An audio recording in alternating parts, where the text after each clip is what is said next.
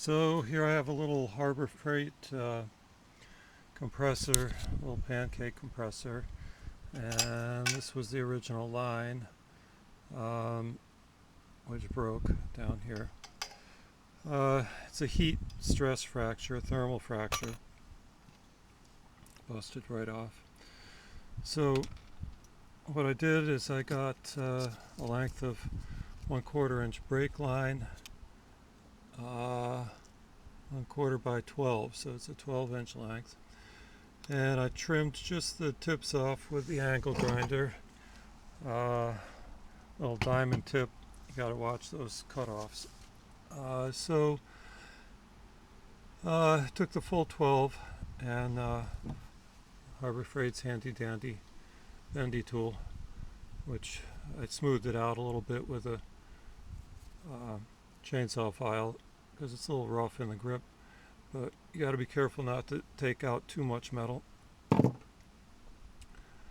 You adjust the play right here in this bend, so if you're going to need a little more, you bend this in a bit more that way, until you get it just about right. And you got to leave about a 1/2 inch on either end to get your compression fittings on there. Their compression fittings are a little bit different. They're kind of flat, but our regular compression fittings work just fine. They're beveled more on each end, and that's about it. Oh, well, one other thing.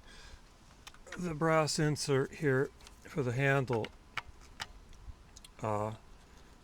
spun out, there's a little bit of a water well there in the handles, so you can collect some water in there, condensation or whatever, and so it seized up and spun out, and I had to drill off the head and put vice grips on it once I got the cover off and twist it out there, and so it spun, and then I think I had to put a drill on it, and eventually it finally came out. But even if you have to cut it off flush, that's fine. And then you just drill a hole in the side. You got to get it so that it's just right.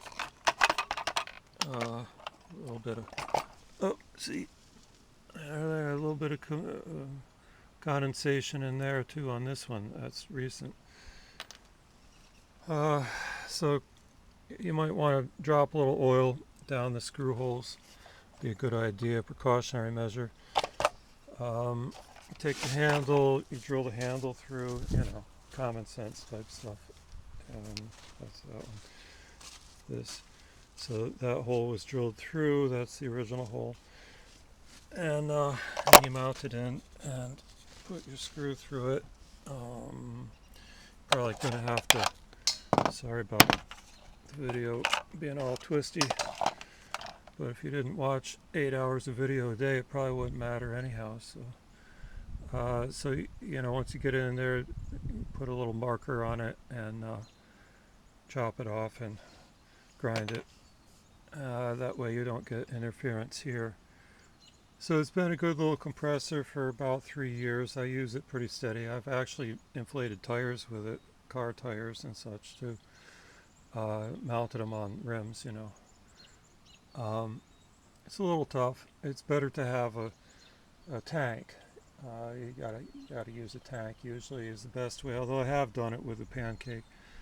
But having a portable tank is the way to go if you're going to do car tires. But for brushless, it cost me what, $40? It's been pretty good. So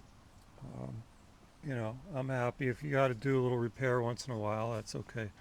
I don't think these things are rated for continuous running. You're going to have to be a little bit careful if you're filling tanks all the time. This is your expansion loop. That's why you got to have a 12 inches so you get expansion.